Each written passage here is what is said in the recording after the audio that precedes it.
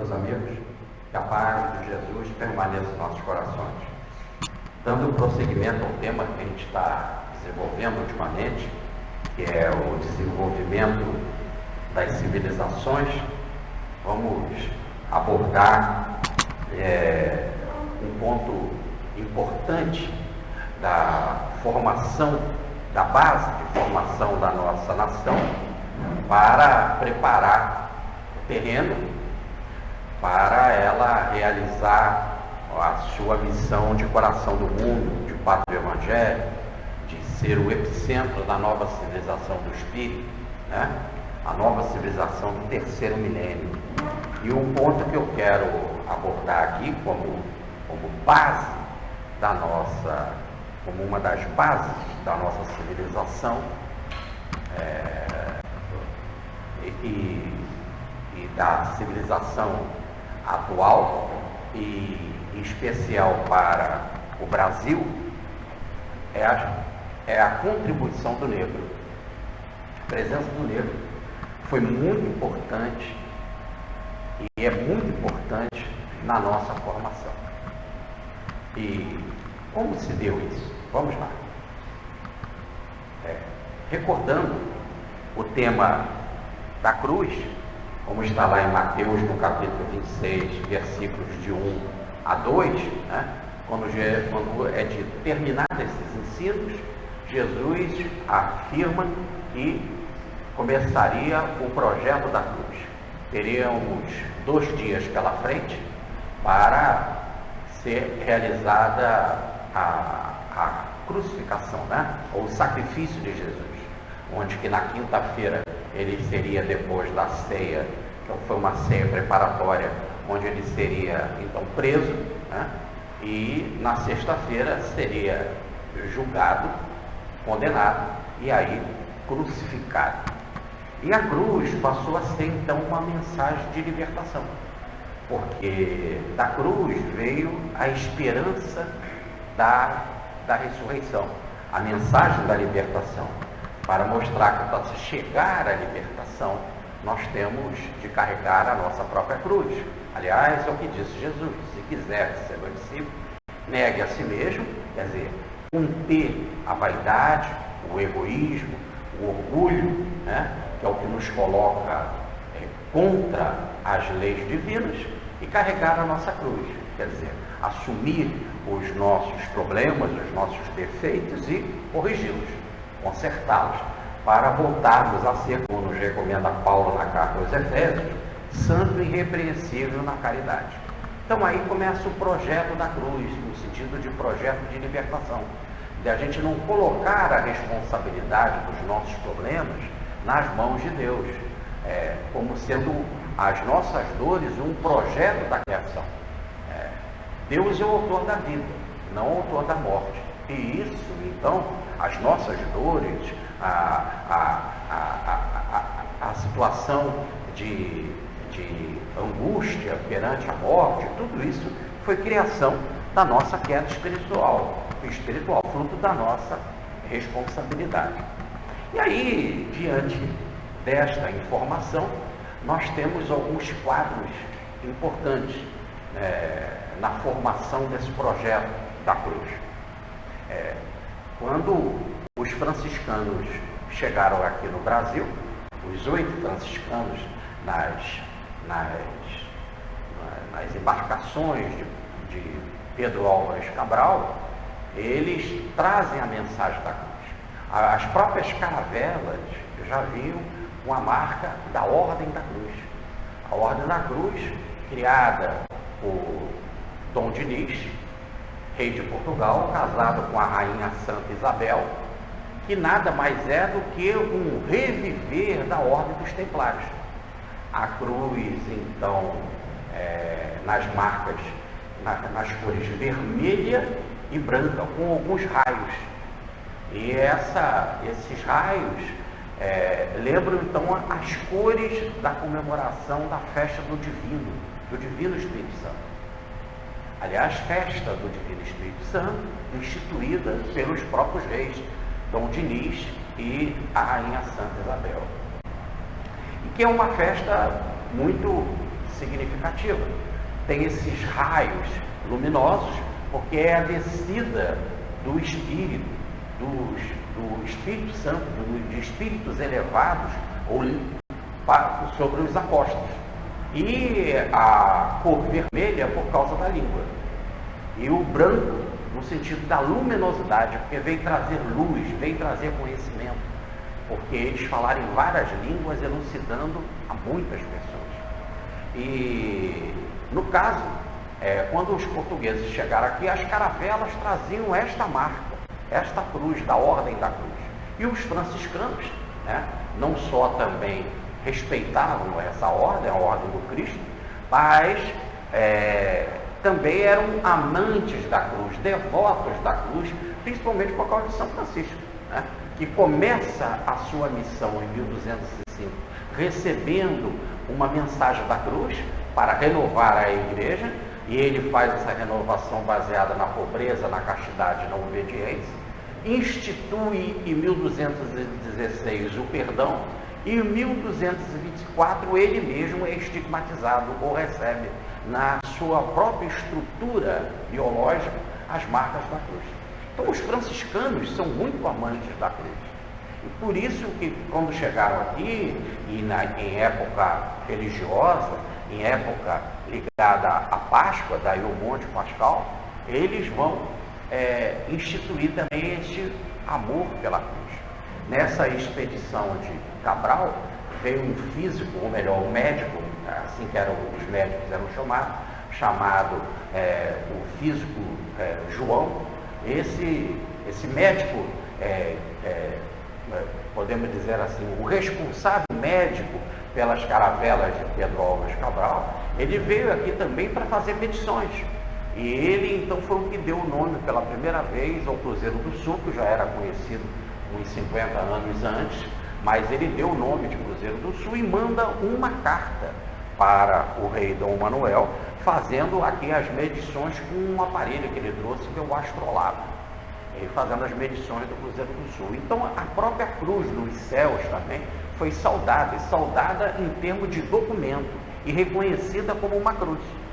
Houve também a celebração da missa, construíram uma cruz, todos os gestos da cruz que os portugueses faziam, os índios que estavam assistindo à missa também faziam, identificavam naquela cruz que eles fizeram de madeira, uma cruzinha que eles receberam de estanho, de presente, e identificaram a cruzinha de estanho, a cruzinha de madeira e a cruz dos céus, ou melhor, o Cruzeiro do Sul, conseguiram fazer uma identificação com essas três cruzes, e mais ainda, apontando para os céus, dizendo que também era uma cultuação divina, algo divino. Os índios também reconheceram isso.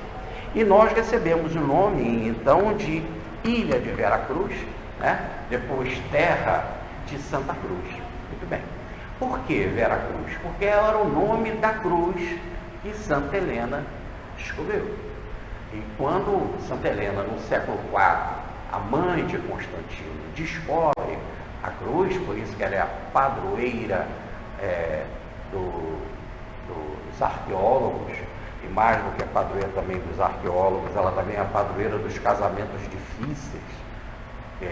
Ela passou também por essa dificuldade, porque ela era uma plebeia, e o marido dela, como rei, ou melhor, como imperador, não pôde casar com ela. Mas quando assumiu o seu filho Constantino, aí ele trouxe ela para o reino, para perto dele, e não pôde dar para ela o título de rainha, mas deu o título de Augusta. Então, quando ela descobre a cruz, houve um fenômeno, porque diz a tradição, ela descobriu 3 cruzes. E qual era a cruz verdadeira, né? E com a cruz verdadeira foram levados aos doentes. E uma cruz curou, e as outras 2 não. Então, se estabeleceu que aquela é a Vera Cruz, ou melhor, a cruz de verdade, a cruz verdadeira. Então, recebeu-se esse nome de Vera Cruz, ou de cruz verdadeira, Santa Cruz. E se instituiu uma festa para essa descoberta, que é o dia 14 de setembro. Né? dia 14 de setembro, que foi o dia que Francisco orou para a Vera Cruz, para a Santa Cruz, e recebeu as marcas. Então esse é o nome que o nosso país recebeu. Só que nós tivemos aqui a invasão dos franceses, nós tivemos a invasão dos holandeses, e aqui no nosso mar nós tivemos também muitos espanhóis e muitos ingleses. E o que se levava aqui em quantidade, porque ainda não se tinha descoberto o ouro, era a nossa principal riqueza, que era o pau-brasil, né? Foi, podemos dizer assim, quase que dizimado o pau-brasil, porque eles foram cada vez entrando mais para o interior, para cortando o pau, e se utilizavam do serviço do índio para isso. E os próprios franceses, quando foram expulsos daqui do Rio de Janeiro, né, por Estácio de Sá e etc., e que foi fundada a cidade do Rio de Janeiro, eles foram para o Maranhão para fazer a França do Equador, no Maranhão. E lá se uniram também os índios eram muito ligados aos franceses, os franceses tinham uma boa relação com os índios, e com isso a nossa riqueza, o nosso pau foi levado em muita quantidade. Tinha vezes em que os navios se uniam da Inglaterra, da França e da Holanda, e como piratas apanhavam os paus todos que já estavam, podemos dizer, empilhados em navios portugueses, etc. Então essa coisa do pau-brasil, que não era a principal riqueza da época, as especiarias davam muito mais dinheiro. O pau-brasil significava 10% da riqueza que a especiaria gerava. Então, mas assim mesmo era significante, tanto que que havia esse fluxo de piratas aqui por todo o nosso litoral, um imenso litoral. É difícil manter a guarda de um litoral tão grande como o do Brasil, então essa coisa do pau-brasil foi tomando vulto, e acabou sendo um nome natural. A espiritualidade, como é que fica? Por exemplo, porque quando os portugueses vieram aqui e celebraram as missas, e as duas missas, e foram para a Índia apanhar as especiarias, né? Nesse momento foi instituído o Anjo Ismael como guia protetor do Brasil. E aí como é que fica nesses anos para frente, né, aquela mensagem de Francisco, a mensagem do perdão, a mensagem do amor, a mensagem do Evangelho, e essa ideia maravilhosa de chamar a nossa terra de Vera Cruz, da cruz verdadeira, unindo as nossas tradições daqui, o destino aqui na terra, com as determinações astrais, ou melhor, as determinações do horóscopo do nosso país, que é o Cruzeiro do Sul. E por que de repente o que pega é o nome comercial, que é o nome Brasil? E aí como que a espiritualidade vê algo assim? Vamos dar uma parada no nome Brasil e vamos daí passar para 389 anos depois, quando no dia 15 de novembro foi proclamada a nossa República. Quando foi proclamada a nossa República, foi feita então, e às pressas, a nossa bandeira nacional, né? Muita coisa das cores que já havia na bandeira do Império, que era o verde, que era o ouro, permaneceu. Saiu a ideia do fumo que tinha na nossa bandeira, do café que tinha na nossa bandeira imperial, e foi colocada as estrelas que representavam o céu do Brasil naquele dia, de 15 de novembro. Então, que formam as estrelas da nossa bandeira. E ao construir a nossa bandeira, surgiu o lema Ordem e Progresso. É difícil uma bandeira ter algo escrito numa bandeira, normalmente não tem.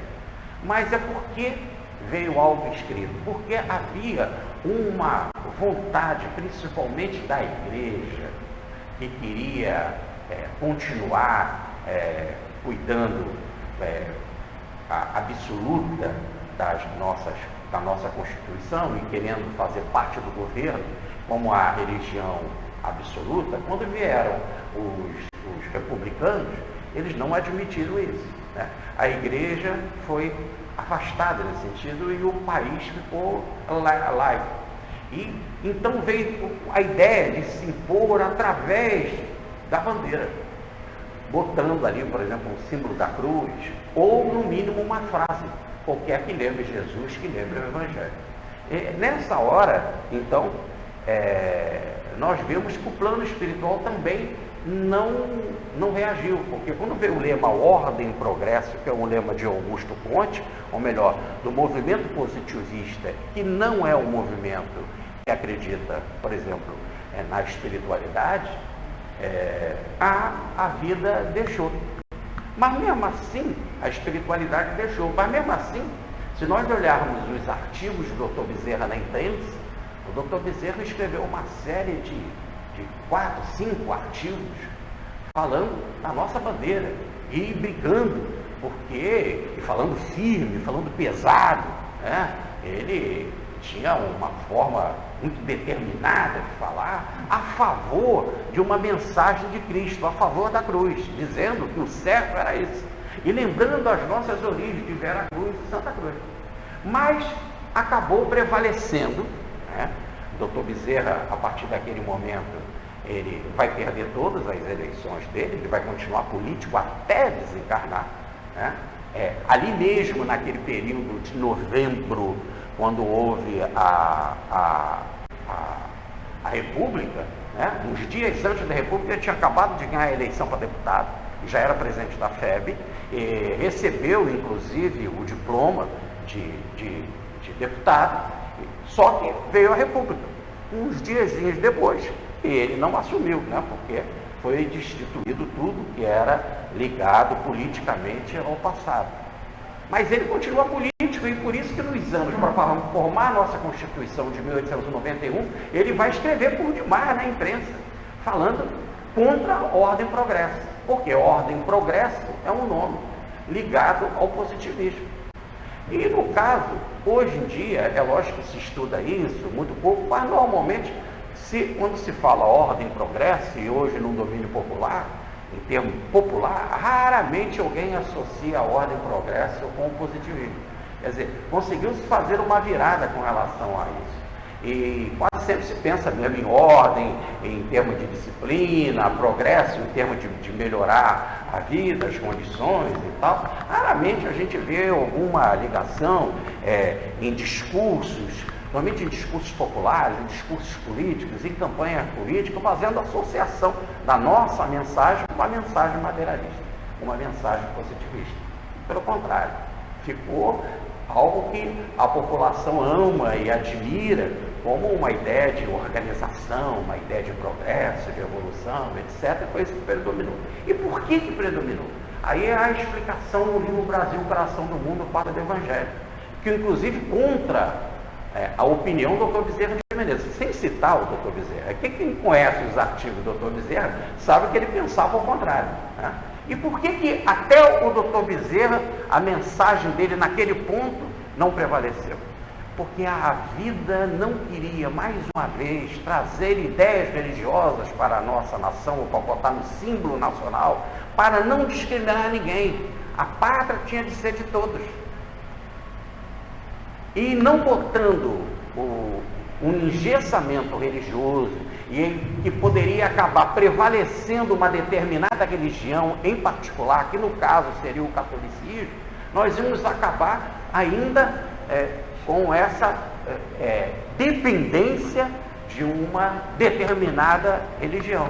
E como naquela época estava chegando em massa, e foi no final dos anos 80, dos anos 80, quer dizer, de 1880, que começa em massa chegarem os imigrantes, né, os italianos, os alemães, etc. E foi um trabalho pesado feito pelo Império, feito pelos políticos, e que a República deu prosseguimento, né, seria um acolhimento para todos. Como vieram muitos os japoneses, como vieram os húngaros, como vieram os poloneses, né? Existem hoje cidades no nosso país, né? no Sul, em São Paulo, em Mato Grosso, de comunidades importantes, em São Paulo, né? De comunidades importantes ligadas a esses povos, os imigrantes. E aí é a terra do acolhimento, de acolher a todos sem nenhuma dificuldade de barreira religiosa. E aí fica bem claro que o nosso país é laico. Mas algo também, um outro ponto também importante, voltando então para o caso do Brasil, quando começou a popularizar o nome Brasil, porque era uma ideia comercial, né? Vamos lá, porque lá tem o pau-brasil, tem o pau-brasil e tal. A espiritualidade deixou, inclusive apoiou, para não ficar o nome Veracruz, Santa Cruz, para não criar um vínculo de que aqui seria uma pátria para só cristãos. Deveríamos criar uma ideia de um cristianismo mais amplo, como nos fala Mahatma Gandhi. Gandhi tem uma frase maravilhosa que ele diz assim: cristãos do mundo inteiro, eu não sou cristão, mas aceito o vosso Cristo. É bem isso, aceitar a mensagem de Jesus é uma coisa, e aceitar a mensagem dele te faz conviver bem com budistas, com católicos, protestantes, e futuramente aqui no país teria, né, a Umbanda, né, a chegada dos negros com candomblé e etc. Então, é um abraço fraterno a todos. Então, por isso que a espiritualidade, diz aqui o livro Brasil, Coração do Mundo, de uma forma muito interessante, sobre isso, dizendo que está aqui, olha.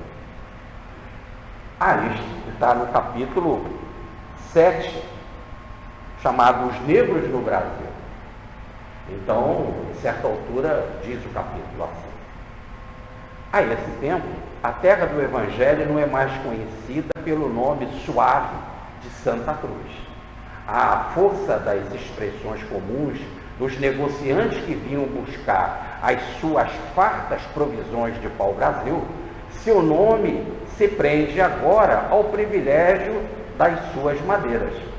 Os missionários da colônia, quer dizer, os religiosos, principalmente os jesuítas e franciscanos, mas principalmente os jesuítas, os missionários da colônia protestaram contra a inovação adotada, mas as falanges do infinito sancionaram a novidade imposta pelo espírito geral, considerando as terríveis crueldades cometidas na Baía de Guanabara, já eu vou falar sobre isso, em nome do mais caricioso dos símbolos, a sanção de Ismael, a escolha da nova expressão, objetivava resguardar a pátria do cruzeiro dos perigos da Inquisição, que na Europa fomentava os mais hediondos movimentos em nome do Senhor. Então, quais são essas barbaridades da Baía de Guanabara? E quando vieram os franceses, eles eram muito mais ligados ao movimento protestante. E com a derrota dos franceses, saindo aqui da Baía de Guanabara, os líderes protestantes foram martirizados, né? Foram condenados à morte. Entre eles, Bolés, né?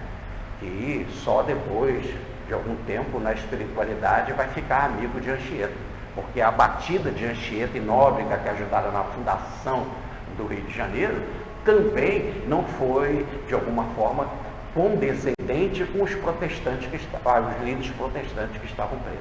Mas já na Revolução de 1932, a Revolução Paulista, né? Nessa revolução já vemos a espiritualidade unida de José de Anchieta e Bolés fazendo já um trabalho de oração espiritual para a defesa desses dois grandes estados, que é São Paulo e Minas, que nós já falamos em outras palestras da rivalidade entre esses dois estados através das entradas e bandeiras e do ciclo do ouro, né? Já foi tema que nós já aventamos isso, né? E unindo os três estados importantes, São Paulo, Minas e Rio de Janeiro, que formam fronteira. O Rio como o guardião cerebral do país, o guardião cultural do país, mas a formação mesmo maravilhosa da nossa nação, né, veio desses dois grandes estados, São Paulo e Minas Gerais. Muito bem. Então, aqui está a explicação, que se mantesse o nome de Terra de Santa Cruz, Terra de Veracruz, né, o que aconteceria? Se uniria este nome à detenção da cruz que pertence à igreja, tá certo? A festa de 14 de setembro, instituída pela igreja, daria a ideia, então, que o nosso país pertenceria à igreja, e pertencendo à igreja se sentiria no direito de vir aqui para fazer o quê? Manter os princípios dela. E para manter os princípios dela, ela iria instituir de forma extremamente desagradável o que estava acontecendo com muita força na Espanha e também em Portugal, mas principalmente na Espanha. E lembra que no século XVII, no início do século XVII, quem dirigia Portugal e dirigia o Brasil era a Espanha, o rei Filipe, nós já falamos disso aqui em outras palestras, né? Então a Inquisição entraria com muita força aqui. Então foi uma forma de coibir, né? Deixando o nome comercial, então não se tem a ver com uma determinada religião em particular. É assim que a história é construída. A gente tem que ver nas entrelinhas, no subsolo, podemos dizer assim, como que as coisas são feitas e como que o plano espiritual influencia a direção de todo o nosso destino, né? Pergunta 459 de Um Livro dos Espíritos.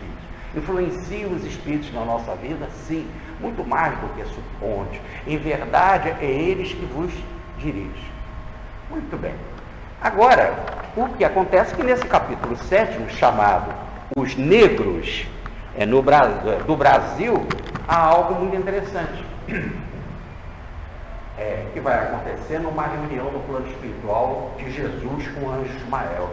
E Jesus vai, com a sua mensagem de paz, vai pedir para o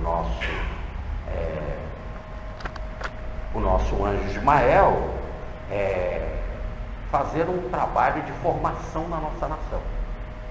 E que ele queria trazer para cá, para a nossa nação, pessoas de luz, pessoas cultas, muito cultas para cá, mas em profunda dívida com a história, em profunda dívida com vários desacertos através da história, mas que seria importante para depois, com muita força, muita determinação e resgatando os seus problemas, manifestar luz. E foi aí então que Jesus fala para o anjo Ismael que o coração dele, o coração de Jesus, estava em sintonia com os planos mais ligados à Terra, do plano espiritual, o plano astral ligado à Terra, às suas grutas e cavernas de grandes trevas, onde estavam abrigados espíritos sofridos, espíritos angustiados, e que queriam de alguma maneira uma libertação e que viviam ali naquela zona de sofrimento. E que Jesus estava solicitando a Ismael que fosse aberta as portas, podemos dizer assim, infernais, as portas dessas trevas, para que todos tivessem a oportunidade. Então tem uma passagem aqui em que Jesus fala para o anjo Ismael, né?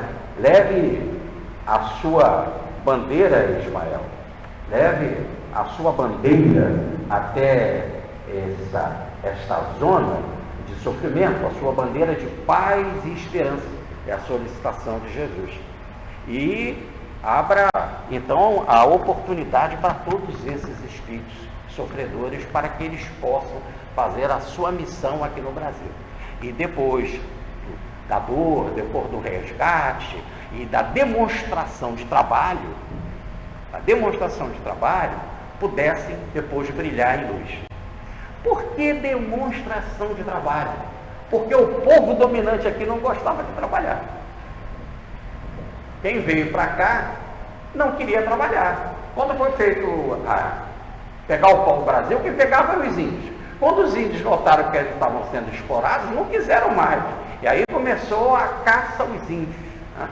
E o que acontece também, que vai ser extremamente desagradável, que eles não vão dar os portugueses exemplo de trabalho. Eles queriam aqui vir explorar a terra e que alguém trabalhasse para eles. Quando veio também a parte da cana-de-açúcar, era difícil manter o índio, porque ele não estava acostumado a ficar preso num determinado local e fazendo trabalho, né? E os missionários que vieram para cá, os religiosos, com a missão de evangelizar os índios, aliás, é muito importante, já estava na carta de Pero Vaz de Caminha, dizendo para o rei Dom Manuel que a melhor coisa que se poderia fazer com esta gente é levar o evangelho para essa gente. A reação dos jesuítas também era grande com relação aos índios, que eles se sentiam uma espécie de mães, de pais dos índios. Por quê? Porque eles geraram os índios para Cristo. E aí eles serem sacrificados com a escravidão, houve a reação dos jesuítas. Com isso, então, foi chamada uma nova mão de obra para o nosso país, que daria exemplo de trabalho de construção dessa terra. E então foram chamados esses espíritos sofredores no umbral. Mas como que eles viriam para cá? Vamos ler sobre esses espíritos sofredores. Ismael sente que luzes compassivas e misericordiosas lhe visitam o coração e parte com os seus companheiros em busca dos planos da erraticidade mais próximos da terra. Aí se encontravam antigos batalhadores das cruzadas, senhores feudais da Idade Média, padres e inquisidores, espíritos rebeldes e revoltados, perdidos nos caminhos cheios da treva das suas consciências polutas. O emissário do Senhor, quer dizer, Ismael, desdobra nessas grutas de sofrimento, nessas zonas de treva, a sua bandeira de luz, como uma estrela d'alva, assinalando o fim da profunda noite que eles viviam. E faz o discurso, juntamente com a sua equipe, de convocar eles para o trabalho, dizendo que havia uma terra da promissão, aliás, expressão usada no livro. Há uma terra nova, onde Jesus implantará o seu evangelho de caridade, de perdão e de amor indefiníveis. Nos séculos futuros, essa pátria generosa será a terra da promissão para todos os infelizes, etc. Então ele convoca aqueles espíritos e dizendo: aqueles que quiserem, sigam esta bandeira. E a bandeira então foi aberta em vibração de luz. Você fala assim: poxa, mas isso é meio esquisito, esse negócio de bandeira, né? Nós estamos falando dos espíritos sofredores, né? Espíritos sofredores, e se ainda muitos ainda sentem, a maior parte, a necessidade de imagens, né? Das imagens, vocês imaginem, nós estamos falando do século XVI, né? Então a necessidade de visualização é muito importante. Mas mais do que a bandeira em si, era o lema de vibração, porque na bandeira, como diz aqui, estava lá os princípios de Ismael, Deus, Cristo e caridade, né? Então houve a proposta de perdão. Eles aceitaram. E o Ismael diz: no entanto, já que vocês estão assim nessa zona de sofrimento, vocês vão ter que purgar, vão ter que passar por provação. A provação é pesada, a dor é pesada, o sacrifício é pesado. Eu queria convocá-los para o trabalho, para o exemplo do trabalho, e ser base fundamental para construir uma nação, a nação que no futuro será o coração do mundo. Aqueles que aceitam, vêm comigo. Então esse foi o acordo, né? Mas como eles estavam em trevas, passariam pela aprovação. Logo, não são espíritos simples como os nossos primitivos indígenas. E eu não estou generalizando, e não se pode generalizar isso para nenhuma raça, porque em toda raça vem missionários reencarnados. Entre os índios também pode ter um ou outro missionário, mas no geral os índios são almas primitivas, que estão vindo de uma proposta evolutiva do mundo primitivo. Já esses que estão sendo convocados por Ismael são pessoas já com conhecimento. Repare bem, né? Olha como diz aqui a passagem, né? Batalhadores da cruzada, senhores feudais da Idade Média, pagos, inquisidores, espíritos rebeldes, etc, etc. Então, já eram almas, podemos dizer assim, formadas e muitas inteligentes. Inteligência exuberante. Quem teve a oportunidade de viajar conosco para a Terra Santa, teve a oportunidade de ver a capacidade extraordinária do rei Herodes. O rei Herodes, daquele que manda matar as criancinhas, que a gente tem como uma ideia de um fera, de um desequilibrado, etc, etc. Mas a capacidade dele de administrar o país e as obras maravilhosas que até hoje existem feitas por Herodes, mostra que ele era genial, mas uma mente, como diz aqui o livro, de filosofia e de ciência, abençoada pela filosofia sem ciência, mas pobre de espírito, pobre de evangelho. E aí fazer a virada e colocar o evangelho, aí a potência desse espírito, quando assim tão gigantesco, quando ele absorve o evangelho, aí a mudança é fantástica. É porque nós falávamos aqui do Fernão Dias Paz Leme, né, o bandeirante, que ele entra pela mata e vai lá gerar o estado de Minas Gerais, o abençoado estado de Minas, né? Tem que ter uma determinação, como diz o texto, espírito forte, poderoso. Agora, quando esse espírito absorver o evangelho, vai brilhar em luz, né? É o caso do rei Herodes. Mais tarde ele vem em missão, ele se converte ao cristianismo e vai ser o grande Vicente de Paulo, o senhor da caridade e campeoníssimo na caridade. Então, aí nesse caso, o que a gente vê é que ele vai usar todo o potencial dele agora para o bem. Há uma passagem do livro de Nélio Lúcio, também falando a mesma coisa de Herodes, que destrói a cidade de Roma pelo fogo, e depois vem em Minas Gerais para fazer, então, o policiamento do fogo, trabalhando numa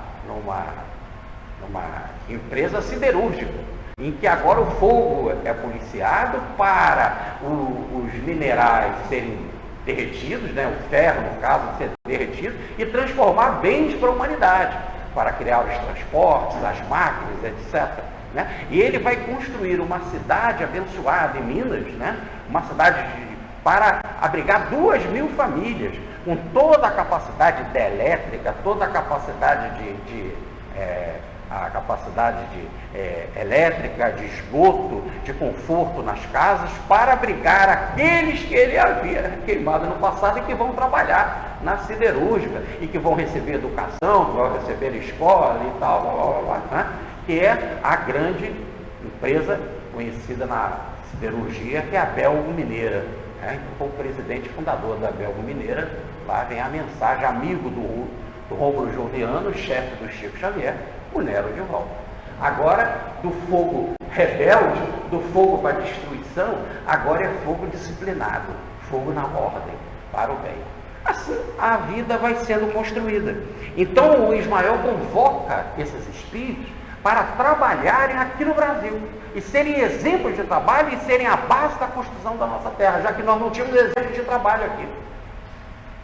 O índio não queria, porque ele já era primitivamente acostumado a viver assim em contato com a natureza, livre, sem essa disciplina do trabalho, que só ao longo do tempo, dos séculos, pode ser mudado, e o português que não queria dar esse exemplo.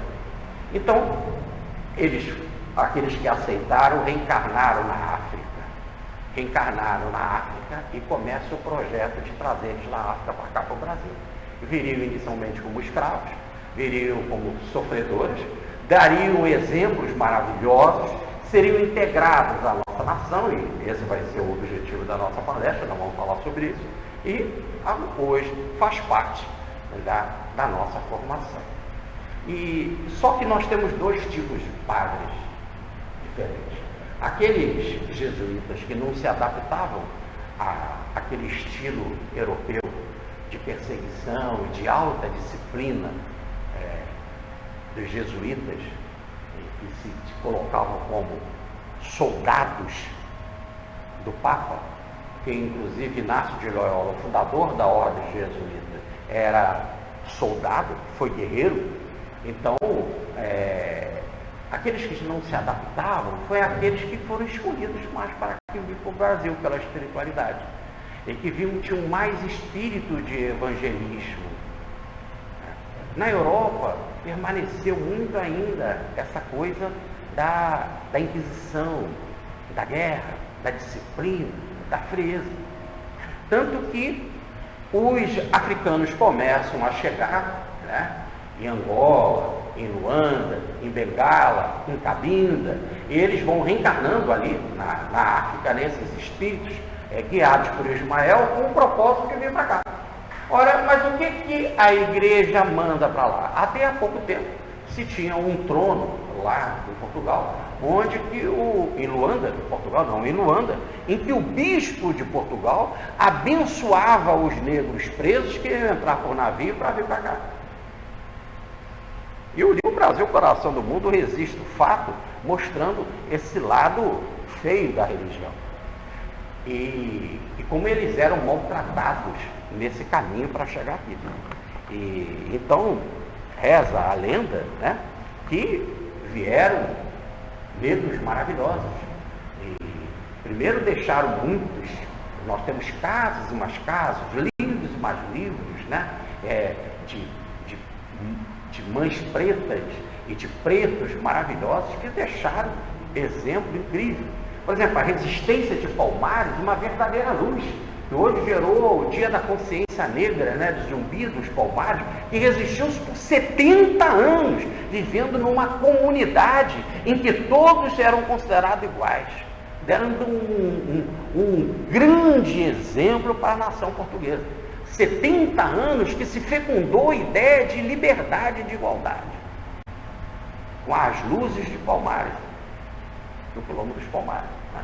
Que nós temos uma figura marcante, que é o zumbi, e a festa, ou a consciência negra, dia 20 de novembro. Né? Bom, quando eles chegaram aqui, os negros, eles começam também a se destacar. Não só no trabalho pesado, mas já vão destacar. Aí nós temos artistas, muitos artistas ligados ao negro. Né? E não só da música, por exemplo, do samba, mas negros, muitos que faziam as músicas clássicas, né? Músicas clássicas. Nós temos escritores negros, né? Lima Barreto, o fundador da Academia Brasileira de Letras, Lima Barreto, que era mulato, Aleijadinho, o grande Aleijadinho mulato, é isso? Machado de Assis. Então, pessoas, né? Lima Barreto, que sofreu tanto por não conseguir também entrar na Academia Brasileira de Letras, aqui teve a oportunidade para políticos, né? Engenheiros importantes, os Rebouças, os irmãos Rebouças, tem até o Túlio Rebouças, e desenvolveu a nossa engenharia, as linhas férreas, etc. As oportunidades começaram a surgir para muitos e eles acabaram sendo abrigados aqui. E o que acontece é que precisava-se fazer um projeto de acolhimento. E esse projeto de acolhimento se deu em algo diferente dos outros países. Aqui nunca se criou uma lei contrária aos pretos. Havia escravidão. Mas, por exemplo, aquele que fizesse a sua emancipação, que de alguma forma arrumava dinheiro para a emancipação, podia se emancipar. Em outros países, mesmo tendo dinheiro, não se emancipava, ou ficava sempre como um inimigo, não integrado na sociedade. Por exemplo, aquelas que podiam comerciar os seus produtos na cidade, podiam comerciar e ficar com uma parte. E uma parte que juntavam para fazer as suas alforrias. Nunca também se impediu que o negro fujão tivesse um padrinho. Ele fugia e tinha um padrinho. E quando ele tinha um padrinho, esse padrinho podia agenciar ele, proteger ele, e pagar a diferença e acolher aquele escravo. Uma outra coisa muito importante as festas deles foram gradativamente integradas aqui no nosso país. É interessante que a igreja não discriminou os negros. Vamos falar isso devagar para a gente entender bem, porque senão parece que a igreja foi boazinha, né? Não é só nesse sentido, não. A igreja não negou religião para os negros. O que em vários outros países isso aconteceu. Aqui não. Pode o branco não querer frequentar a igreja com o negro, mas o negro pode ter a sua igreja. E aí vieram as irmandades dos negros. E a igreja acolheu, e foi feita igrejas específicas para os negros, uma devoção à Nossa Senhora do Rosário, a Santa Efigênia, a São Benedito, e daqui a pouquinho eu vou falar um pouco mais disso. E também uma outra coisa, que são as festas. As festas, eles foram acolhidos. Inclusive, criou-se dia para que nas festas eles pudessem ter descanso e pudessem comemorar. E comemorava todo mundo junto. E foi então instituído de forma muito interessante, por inspiração de Ismael e da equipe espiritual de Ismael, as muitas festas religiosas, com as missas e procissões. Então a festa de Nossa Senhora do Rosário, as festas a Nossa Senhora dos Navegantes, a festa do Bom Jesus, Jesus do Bom Fim, a festa de São Benedito, a festa de Santa Efigênia, etc. Então, nessas muitas festas, as festas às vezes eram demoradas, levavam uma semana, né? A festa do Divino aqui no Rio de Janeiro, depois eu vou falar um pouquinho mais sobre ela. Essa festa do Divino cresceu demais e levava às vezes 2 semanas ou mais de festa, onde que depois de determinadas horas, os negros ficavam, que era permitida, bebidas e farras e danças e música, e onde que gerava um clima, isso que eu quero dizer, não só de descanso por lombo, né? dos muitos sofrimentos, mas havia uma oportunidade de integração espiritual. Repare que coisa interessante. Nós sabemos que como foi importante o culto que os negros fizeram a 3 santos, e que a igreja acolheu, e que muitas igrejas foram fundadas, e de irmandades de negros, e que os negros muitas vezes também deixavam os brancos entrarem na irmandade, aqueles que quisessem entrar na irmandade. Então havia acolhimento, né? Então nós temos, por exemplo, vamos lá para a festa de Santa Efigênia, porque Santa Efigênia é tão querida dos negros, né? Nós temos uma igreja de Santa Efigênia, temos várias igrejas, inclusive um bairro em São Paulo, Santa Efigênia. Mas nós temos a igreja de Santa Efigênia em Ouro Preto, construída por um escravo, um ex-escravo, né, que é o Chico Rei. Mas, por quê? Porque Santa Efigênia diz a tradição, que ela era do século I e foi convertida por São Mateus. Mateus, o evangelista apóstolo. E ele converteu ela. E ela era filha do rei da Etiópia. E ela, então, sendo convertida, diz a tradição, que ela quer ser virgem, fazer a doação da sua vida a Jesus, não é um culto. Quando esse negócio de virgem, a gente pensa só no ímpio.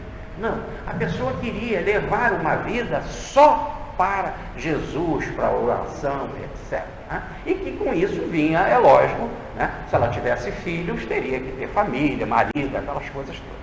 E aí Santa Efigênia assume isso. E quando o pai dela morre, assume um outro rei. E esse outro rei quer casar com ela. Então ele interfere pedindo que Mateus, o evangelista Mateus, faça, podemos dizer, ela mudar de ideia. E Mateus diz que ela não quer, e mais ainda, que ela foi convertida ao cristianismo por ele. O que esse novo rei faz? Manda matar Mateus,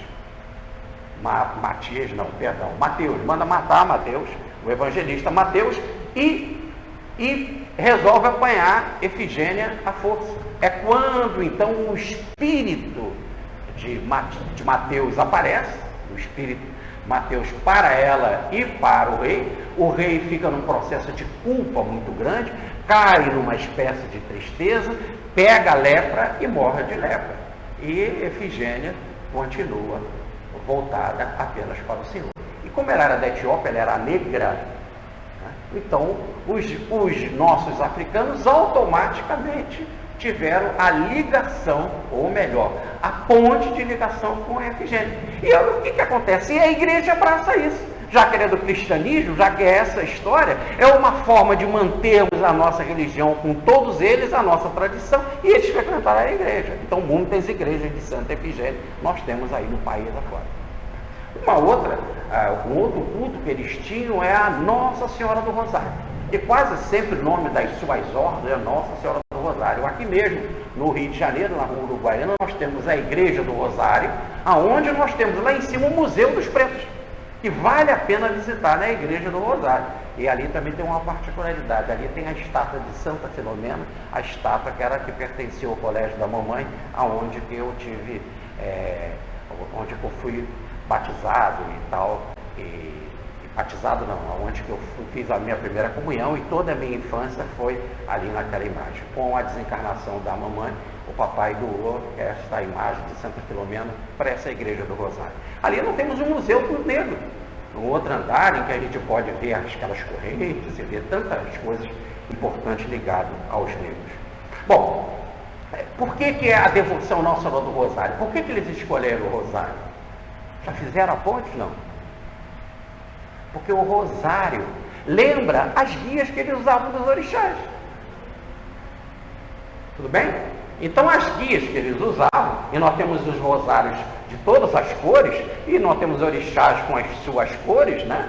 Então eles usavam, muito interessante, por exemplo, na festa do Divino, em que a cor é a vermelha e branca, né? Então eles usavam os escolares de Oxalá, ou de Iemanjá, ou o branco, ou o vermelho de Ogum ou de Oxóssi, segundo a determinadas regiões do país e as tradições religiosas dele. Então a relação do colar são com as guias, né? Guias que chamam os colares dos negros, das suas religiões.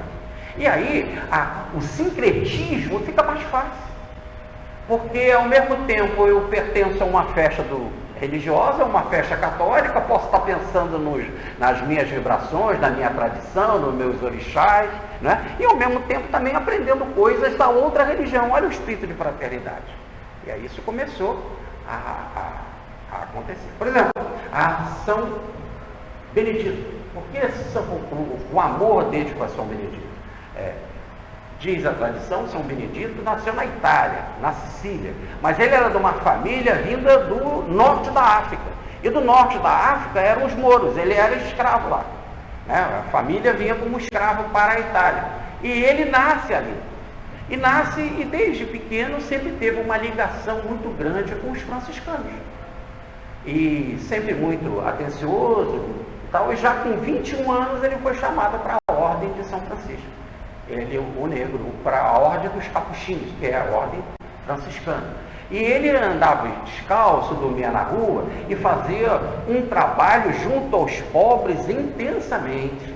E todos queriam se aproximar dele, porque ele era analfabeto, mas ele tinha um dom da profecia, quer dizer, era médium. Então ele, com a mediunidade, falava coisas maravilhosas, e todos queriam se aproximar dele para receber os conselhos, inclusive os da ordem. E quando ele entrou na ordem, ele muito humilde, sempre descalço, sempre mantendo os padrões franciscanos, o que ele faz? Vai ser cozinheiro. E trabalha maravilhosamente na cozinha e profetiza.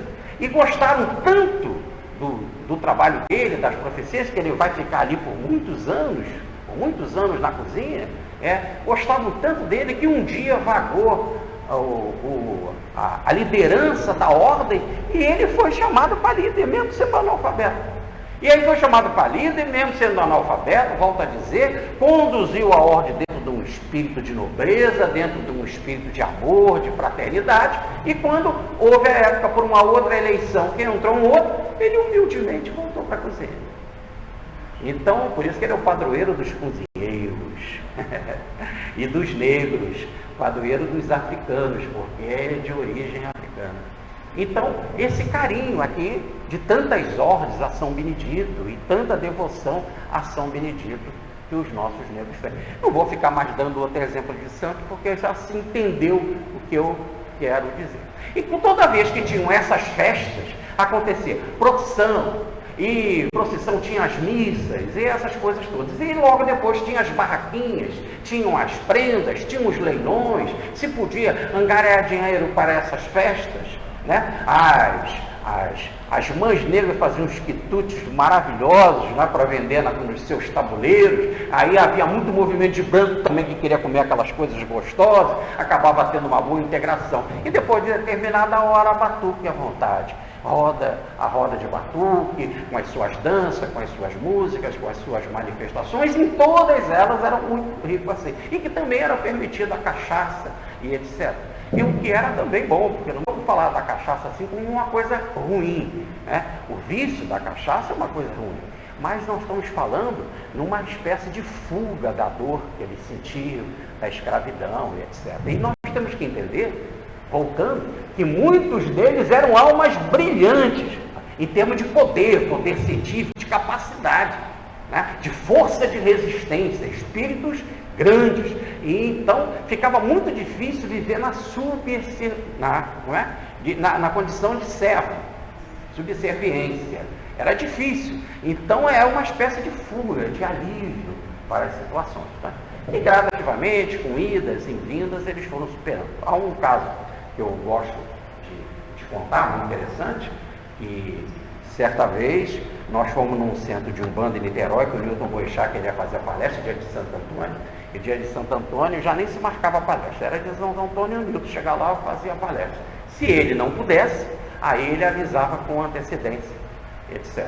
E nós fomos com o Newton, um grupo de amigos lá para assistir a palestra dele, fez palestra muito brilhante lá. E quando nós chegamos um pouco mais cedo, estava havendo uma manifestação espiritual no centro de Umbanda, porque na hora da palestra parava tudo para o Newton falar. E aí nós chegamos antes, estava lá, tendo algumas manifestações espirituais. Quando a gente olha, o Newton está mudado, fisionomicamente, a fisionomia dele mudava quando ele ficava tomado mediunicamente.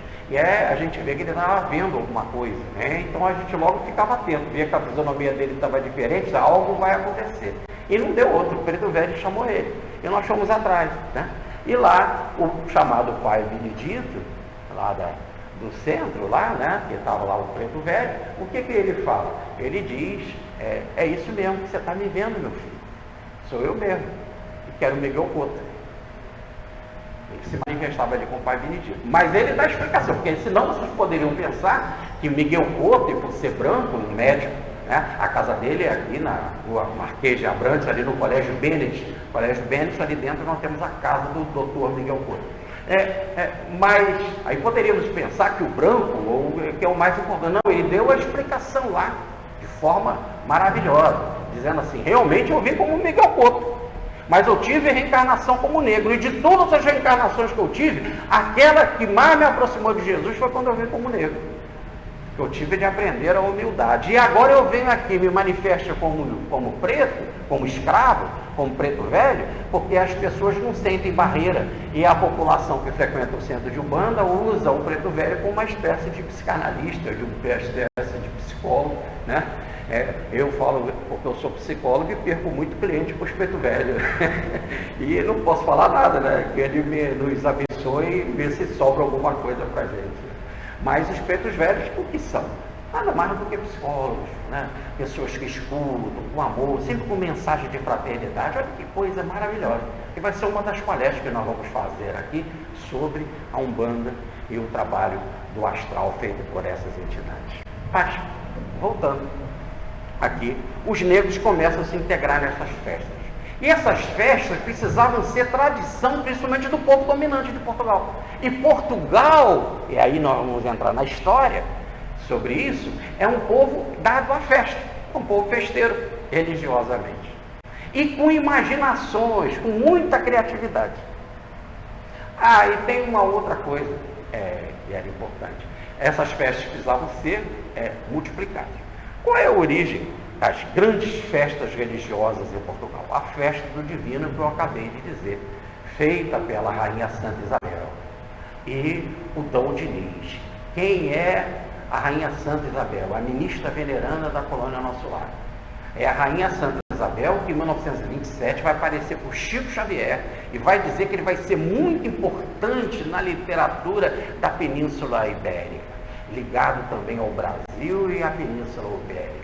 E que ele vai escrever muitos livros, e o Chico quer saber como, se ele não tinha papel e tal. E é ela que vai falar que ele vai fazer muita caridade, um trabalho de caridade, não tem nem pão para mim e tal, aquela coisa toda. E aí vocês já conhecem o resto da história, eu já também contei isso, e aí deu tudo certo. Ela era uma santa muito caridosa, tanto que ela guardava, ela distribuiu os pães. E o rei Dinis, que depois vai reencarnar com o Brasil para formar o nosso grande São Paulo, né? Junto com a Índia Partira. Então nós temos lá que o Dom Dinis era contra essa coisa da caridade, não tinha essa expansão de amor da sua mulher. Conta a história que ela estava levando pães para dar para os pobres, quando ele chega e pergunta: o que você está levando aí no seu avental? E ela diz: são rosas. E ela, quando ela abre, realmente os pães se transformam em rosas. Foi isso um trabalho maravilhoso aí, espiritual, feito por ela. Então, a Rainha Santa Isabel, ela sempre preocupada com os pobres, ela vai instituir a festa do Divino, que é para distribuir bem para os pobres. E, no caso, o Dom Dinis, como é uma festa, e uma festa do Império, aí nessa festa ele vai entrar. E vai fazer todo um aparato da nobreza, que a rainha convidava ele também, e como haveria uma procissão em que ele sairia da igreja do Divino Espírito Santo, em procissão junto com a nobreza, para chegar na igreja de São Francisco, mais uma vez São Francisco, né? Nessa trajetória, com muita música, com muita festa, com muita alegria, o maior bem era o serviço de distribuição de víveres para os pobres e de esmola para os pobres, e que a Rainha Santa Isabel comandava. Então essa festa do século XIV, fundada nos anos de 1300 até 1336, quando ela desencarna, né? É uma festa muito antiga, que Portugal tinha, e com muito brilho, com muita riqueza, mas com muita festança, muita cumilança. Mas só que a festa levava muitos dias. E o rei tinha muita coisa para fazer. O rei não podia ficar ali na festa o tempo todo, dando a sua presença. Mas eles queriam que fosse uma festa do Império. Olha então que coisa bacana. Eles tiveram a seguinte ideia, a Rainha Santa Isabel: criar a coroação de um imperador. Um menino ou um adulto que ia fazer o papel do imperador, que seria coroado só para a festa. E fazia-se também, lá perto da igreja lá de São Francisco, uma construção, vamos falar assim, em linguagem carnavalesca, lá Joãozinho 30, fazer uma alegoria do palácio, ou melhor, uma alegoria do império. E ali botava um trono em que o rei ficava. E quem colocava a coroa no rei, nesse rei introduzido só para a festa, eram os sacerdotes. E tudo que esse rei falava tinha depois de ser aceito, né? Que vai gerar mais tarde, aqui muito tempo depois, a ideia do rei momo. E até hoje o prefeito vai dar a chave para o rei momo, para ele dirigir a cidade na festança do carnaval. Tem até uma música, se não me falha a memória, do Salgueiro, ele diz: a ordem do rei é brincar 4 dias sem parar. Incrível, fantástico, extraordinário, o talento de um povo que mantém acesa a chama da tradição. O carioca tem um quê? Sabe amar e viver quando entra no salão ou no cordão. Trabalha de janeiro a janeiro, em fevereiro cai na delícia da folia. Mestre Sala e porta-bandeira risca o chão de poesia. Porta-bandeira que vai ser a mesma ideia da bandeira do divino. O imperador introduzido por uma coroa que impunha as suas ordens na festança, vinha com uma bandeira. E nesta bandeira havia uma pombinha, que é a pombinha do Espírito Santo. E as cores do Divino Espírito Santo, com vermelho e branco, que depois vai imperar, através dos anos 60, na escola que mais se comemora, a escola de samba que mais se comemora os negros no nosso carnaval, que é o salgueiro, na cor vermelha e branca, é a cor do Divino, da festa do Divino. Então ele vinha com a bandeira, com a pombinha lá na frente, e quando eles vinham com a bandinha de música. A bandinha de música vinha chamando as pessoas para a festa do Divino e recolher esmolas. As esmolas que depois iam ser usadas nos leilões, nas muitas irmandades de branco e preto e irmandades que os dois estavam misturados, né? E nós temos a irmandade da igreja de Santa Rita, que até hoje nós temos a igreja de Santa Rita, e a maior de todas, que é a de Nossa Senhora de Santana, a avó Nossa Senhora de Santana, que também eles faziam a ligação com o Nanão Moroquê, com a mãe dos orixás, a orixá mais velha, que é, no caso, a nossa santa mais velha, que é a mãe de Maria de Nazaré. E a maior festa do Divino era na igreja de Santana.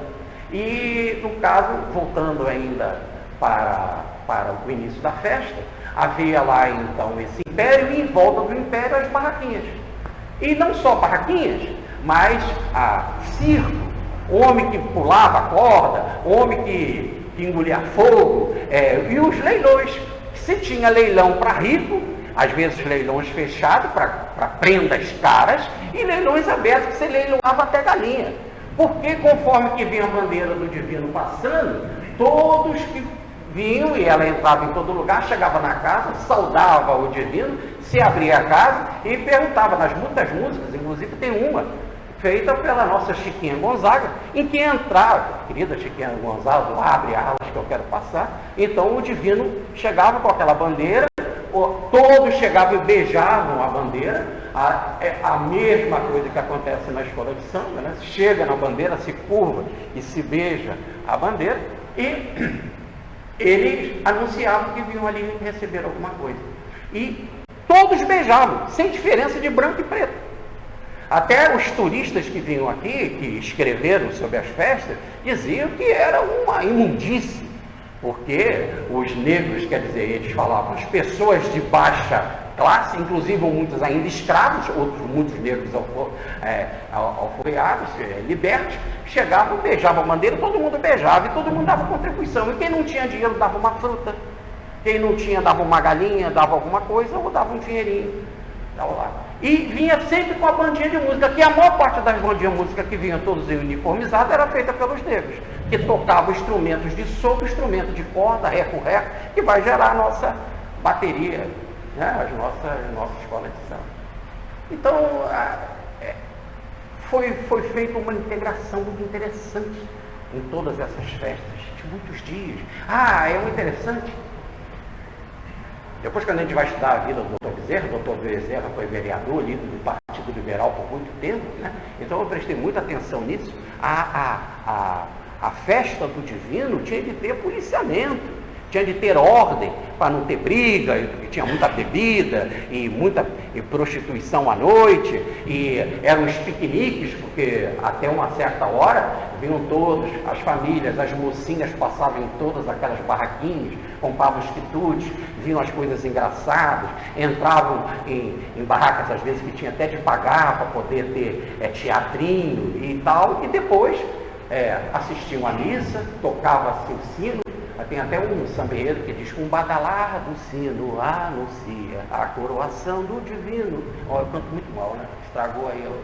Mas aí, essa era a ideia. E elas passeavam ali, as mocinhas e tal, depois botavam lá um pano, a família sentava, trazia os seus lanches de casa, lanchavam, para ver o quê? A explosão dos fogos. Fogos que eram anunciados, fazemos fogos até com pombinhas. Agora, o que tem nessa festa de importante? é que essa festa divina é do dia do Pentecostes, 50 dias depois da ressurreição. E não só vê a sabedoria que desceu sobre ele, que são os raios lá da cruz. Não só a sabedoria de falar em várias línguas, é o dia da mediunidade, é o dia que a tradição espírita diz que poderia ser o verdadeiro dia espírita. E só não foi porque é uma data comemorada pela igreja. Acabou prevalecendo o 18 de outubro, que é o dia do livro dos Espíritos, ou o 9 de outubro, que é a queima dos livros em Barcelona, e etc. E não o dia de Pentecostes, porque simbolicamente, diz a tradição espírita, que esse seria o verdadeiro dia dos espíritas, porque línguas de fogo desceram do céu, espíritos desceram e eles falaram coisas que não tinham capacidade de falar. Inclusive Pedro, no seu discurso, vai dizer: está de manhã, não estamos bêbados. Então à tarde poderiam estar, né, ou à noite, mas está de manhã, não estão bêbados, não é hora de beber. Quer dizer, aqui não é bebedeira não, isso aqui nós estamos tomados mesmo por espíritos. Porque eles queriam saber como eles podiam estar falando em várias línguas, se conheciam eles, eram pescadores, pessoas simples. Muito bem, mas não só isso. Essa festa se encaixava com uma festa judaica. E essa festa judaica era uma festa com muitas oferendas, etc. Festa que era comemorada em determinado período, que é o chamado Ano do Jubileu. Ano do Jubileu, que é o ano da libertação. Diz as Escrituras, está no livro dos Números, em que neste dia o escravo tinha de ser livre. Alguém estava devendo alguma coisa, não precisava mais pagar. E se você tivesse algum escravo, você tinha de libertar. Isso lá no judaísmo. E isso na Europa. Aqui dentro, na festa do divino, nos sermões da igreja, os padres não falavam dessa história, compreendeu não? Porque se falasse, os negros iam reivindicar a libertação. Então só ficava na mão de quem tinha cultura. E quem tinha cultura e que liam as escrituras em profundidade sabiam. Mas também não divulgavam, porque normalmente todo mundo tinha escravo. Escravo era uma instituição. Mas por isso que a emancipação sempre foi uma luta. Nunca houve uma proibição para alguém não falar de emancipação. Sempre era livre. E qualquer um que quisesse libertar do seu escravo poderia. E quantos fazendeiros fizeram isso? Né? E quantos que gostavam daquela ama de leite ou daquela escrava, ele mesmo libertava. E tratava ela, às vezes, mais do que se tratava um ou outro da família. E assim foi a nossa tradição acontecendo. Né? Essa festa, então, nós já falamos aqui do Divino, aqui no Estácio, nós temos a Igreja do Divino Espírito Santo. Tá? E logo quando vocês entram na Igreja do Estácio, vocês vão ver uma pintura muito bonita do batizado de Jesus, feita por João Batista. Por quê? Porque ali é a manifestação do Espírito de Deus. Esse é meu filho, escutai-o, né? Muito bem. Então, por isso a ligação com o Espírito Santo. Então não só é uma festa para a mediunidade, é uma festa para a distribuição de bens, de caridade, né? Uma festa que o negro também podia participar, cantava, dançava, tocava na bandinha, beijava a bandeira e cultuava o divino. Muito bem.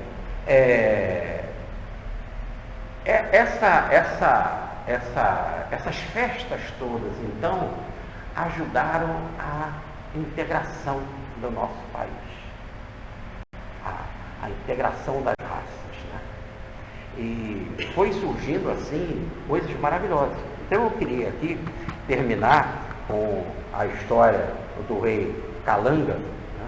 O rei Kalanga, que era do Congo, ele foi pego, eu vou ler aqui porque eu esqueci o nome da esposa dele, com a esposa dele, a rainha de Jalô, e a sua filha Ituló. E o seu outro filho, que é o Muzinga. A família toda foi pega, juntamente com outras pessoas do reino dele, né? E foram transplantados aqui para o Brasil. Isso em 1740. E quando ele chega aqui, esse rei, ele chega no Rio de Janeiro com todos, um rico fidalgo comprou eles, o capitão, e levou lá para Ouro Preto. E Mas já no caminho, na viagem, a esposa dele e a filha são jogadas no mar porque morrem na viagem. Então só vê ele, o filho e outros da terra. Né? Eles são levados para lá, para uma mina chamada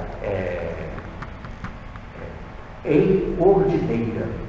Nessa mina da Encordideira eles vão trabalhar pesadamente. Mas quando eles chegam aqui no Rio de Janeiro, e que o escravo era vendido, e aí nós temos aqui no Cais do Valongo. Vale a pena todos visitarem, é um passeio turístico. Se um dia vocês quiserem, eu levo vocês lá. Em vez da gente, podemos marcar um dia mais cedo, eu levo e conto lá a história e mostro os lugares para vocês. O que não há necessidade, porque lá tem tudo escritinho. Mas vocês podem ir lá no Cais do Valongo, onde vocês vão ver a chegada no cais ali, na Rua da Saúde, né? Ali na Rua da Saúde, que hoje é a Sacadora Cabral. Né? Ali no Cais do Valongo, então, chegou-se milhares, milhões de negros. E muitos morriam, principalmente com idade novinha, de 12, 11, 12, 13, 14 anos. Morreram. E logo mais em cima, assim, a coisa de 1 quilômetro dali, é onde que nós temos o cemitério dos negros, que também pode ser visitado, vocês verem as escavações lá, onde que a maior quantidade dessa ossada é de negro criança. E logo em cima vocês vão ver o Jardim do Valongo. O Jardim do Valongo, onde que nós temos a delegacia, ou melhor, a construção de uma delegacia, um local bonito, prazeroso, cheio de estátuas, onde os nobres ficavam para passear, para descansar, e tinha o poder público, a ordem da delegacia para proteger, e logo embaixo, assim, em frente, que agora também foi preservado, a praça onde os negros ficavam para ser vendidos, ou serem leiloados. Né, em que eram examinados os dentes, a saúde, etc., e assim era vendido. É assim então que o Calanga é vendido junto com o seu filho, o Mizinga, e vão lá para essa mina. Chega lá e ele trabalha pesado, juntamente com outros do seu reino. Ele faz um pacto. Eu, como rei, ele era chamado como rei, vou libertar vocês todos. Vou libertar. Aí começa então a saga, né? E eles botavam um pó de ouro no cabelo, chegavam na pia de batismal no fim do dia, lavavam a sua cabeça, lavavam o cabelo, iam guardando o ouro, e aí com o dinheiro eles juntavam dinheiro e faziam a sua alforria. Com isso foi sendo liberto um por um, até também ser liberto também o rei. Mas eu disse que quando eles estavam no Rio de Janeiro e que eles foram vendidos, quando chegava aqui, a primeira coisa que tem é assumir o nome da nossa tradição. E qual foi o nome que Calanga assumiu? O rei Calanga. Foi de Francisco. Mais uma vez voltamos a Francisco. Então ele assume o nome de Francisco. Por isso que ele é conhecido como Chico Rei. Então ele assume o nome de Francisco e ele promete que ele daria libertação para cada um. E aí cada um foi liberto. Depois o que acontece é que o capitão que comprou ele teve um problema de dinheiro, problema sério, porque a luta pelo ouro era muito grande, às vezes acabava e etc. Ou melhor, tinha de fazer outro tipo de investimento, tinha de ter a sorte de encontrar o ouro em outro ambiente. Ele, então, com aquele dinheiro que ele juntou, ele comprou aquela mina. Comprou aquela mina, descobriu o ouro, enriqueceu, libertou muito mais todos os escravos ligados a ele e outros escravos. É isso? Foi agora como uma pessoa rica e libertadora, mandou construir no alto lá, que tem até hoje, é maravilhosa, vale a pena a visita, lá no alto de Ouro Preto, né, como se fosse abençoando a cidade, uma igreja de Santa Efigênia. O Salgueiro, ele veio no ano de 1963 com um enredo sobre Chico Rei. Né? E aí ele conta essa história. Vivia no litoral africano uma régia tribo ordeira, cujo rei era símbolo de uma terra laboriosa e hospitaleira. Um dia essa tranquilidade sucumbiu, quando os portugueses invadiram, capturando homens para fazer escravos no Brasil. E aí o enredo continua, né? Até que ele promete que ele daria liberdade para todos, né?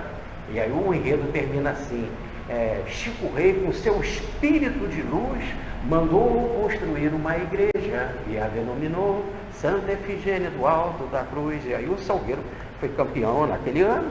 E esses campeonatos não acontecem por acaso. Há intervenção do alto, porque o negro passa a participar intensamente, né? E tem até um outro enredo que conta isso. Negro é sensacional, é toda a festa do povo, é o dono do carnaval. E eles vão começar a assumir toda aquela ideia de religiosa, de liderança. E o que a gente vê é uma profunda criatividade. E acabou, veja bem, como eu falei no início da palestra, que são espíritos de tanta capacidade que vão acabar montando nada mais, nada menos do que a maior festa popular do mundo. E a maior concentração de gente em teatro, participando ao mesmo tempo de uma festa. Isso não tem. E tem muitos teatros no mundo inteiro, tem, mas que todo mundo sendo uma multidão de cerca de 60 mil pessoas participando da história, de um enredo e fazendo uma representação, no mundo não tem. Maravilhosa a criatividade vinda dos negros, abençoados por homens extraordinários, né? Então nós temos Ernesto Nazaré no início da nossa música negra, nós temos Pixinguinha, né? Um homem considerado santo, né? Diz até uma música considerado santo que morreu na igreja, morreu em oração a Nossa Senhora, um homem que não brigou com ninguém, que fez a música mais conhecida da música popular brasileira, que é o Carinhoso, né? Não tem alguém, não consegue se entender o fenômeno carinhoso, porque todo mundo conhece esta beleza, né? E ele era um filho de São Jorge, um devoto de São Jorge, um devoto de Ogum, do candomblé, e mesmo assim querido, respeitado, amado na França, porque era uma música abençoada, e depois veio cantar aqui, veio tocar as suas músicas, né, aqui no Brasil, com muito sucesso. Inclusive tem a tradição de um dos chorinhos que ele fez, e que ele não bota o nome negativo no chorinho, é muito interessante, quando ele foi barrado no hotel, como é que é aquele hotel mais conhecido lá de Copacabana? Copacabana Palace, né? Na hora que ele entrou com várias autoridades, etc., e na hora que ele chegou junto com a banda dele, o cara disse que ele não podia entrar por ali. E ele tinha de entrar pelos fundos. Ele humildemente não fez nenhuma resistência, e dando esse belo exemplo de humildade, ele entra pelos fundos. Aí, lá, quando as autoridades que conheciam ele perguntaram que você entrou por aí, né? Aí outros contaram, e aí o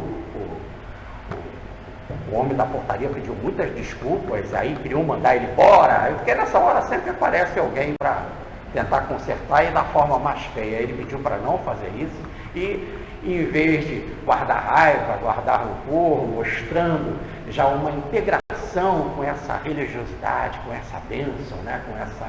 com esse espírito maravilhoso, tem que ser muito guerreiro, tem que ser filho de Ogum, como ele era, para poder ter essa força, essa determinação. Ele transforma em música, e numa música bonita, gostosa, de sucesso, que hoje, antes de vir para cá, eu tive a oportunidade de ouvir, para entrar nessa sintonia das festas. E aí nós temos homens brilhantes, que conhecem ritmos maravilhosos, baterias maravilhosas, e aí começa a se botar vários maestros. Vocês podem olhar na hora da escolha das escolas de samba, de quem vai ganhar, nos júris, quantos são bailarinos, são maestros, são isso, para dar pontuação, dar nota para ritmo, bateria, enredo, e samba enredo, e etc., né? Para mostrar que estão profundamente integrados, fazem uma festa maravilhosa, são respeitados, etc., né? E então o Jamelão cantava algo maravilhoso, que ele dizia que era o samba enredo mais significativo dele, foi da Mangueira, que foi em segundo lugar em 1988, quando fez 100 anos a libertação dos escravos. O Jamelão então cantou, e cantou com muita determinação. A escola de samba Mangueira perdeu por Kizomba em Vila Isabel, né? Enredo do Martim da Vila e samba enredo do Luiz Carlos da Vila, que realmente é algo maravilhoso, falando do respeito com a negra, que a negra tem que se valorizar, né? que ela tem que se respeitar e que a grande quizomba que eles querem dizer, a grande festa é a libertação do negro, é o apartheid, é a libertação. Algo assim de poesia indescritível. Aí você fala, ah, mas tem muita porcaria, porque tem muita porcaria em tudo, porque nós não podemos viver em perfeição em nada. Então tem muita coisa ruim em termos de escola de samba, em termos de samba, como em termos de rock, como em termos de qualquer outra música, como em termos de qualquer outra arte, como em termos de qualquer literatura. Mas também tem coisas maravilhosas, né? E esse Kizomba realmente foi maravilhoso, foi um desfile feito mostrando a África dentro do Brasil, né?